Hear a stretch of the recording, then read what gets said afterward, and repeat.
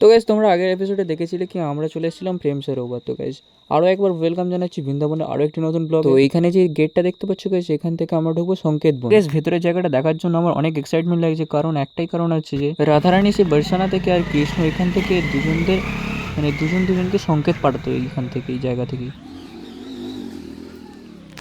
তো ওপরে যে ছাদটা দেখতে পাচ্ছ তোমরা, ওর ওপর থেকেই কৃষ্ণ আর বর্ষানা থেকে রাধারানী দুজনই সংকেত পাঠাতো এত দূর থেকে। গাইস তো গাইস কিছুক্ষণের জন্য ভাবছিলাম যে এটা কিভাবে সম্ভব, তারপরে আবার মনে হলো যে তিনি সব কিছু সৃষ্টি করেছেন, তিনি তারই লীলা সব কিছু, আর তার কাছে কিছুই অসম্ভব বলে কোনো কিছুই নেই। তিনি সব কিছু ক্রিয়েটার, তো তিনি যা চাইবেন তাই হবে। তো গাইস যাই হোক, চলো ভেতরে ঢোকা যাক।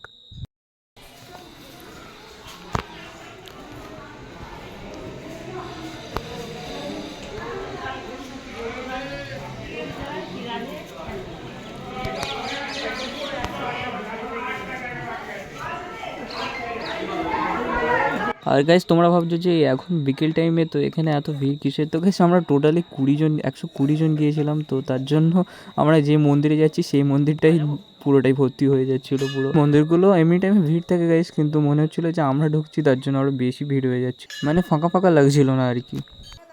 তো তারপরে ওইখানের বিগ্রহকে দর্শন করে আমরা চলে গিয়েছিলাম।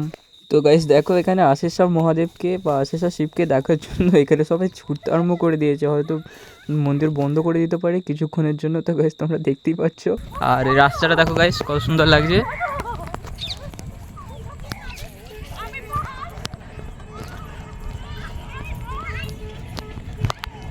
ওইদিকে ওরা সব ছুটেছে গাইস, দেখতেই পাচ্ছ তোমরা। তো দেখো এই হচ্ছে আশেশ্বর মহাদেবের মন্দির।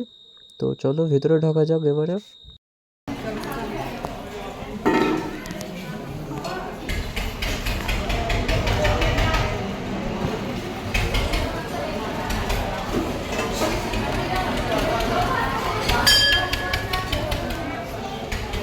তো গাইস ভেতরে অনেকটাই নয়েজ আসছিলো, তার জন্য আমি কোনো কিছু বলিনি। আর ভেতরে তোমরা দেখতেই পাচ্ছিলে যে মানে মহাদেবের গায়ে শিবের মাথায় সবাই জল ঢালছিল।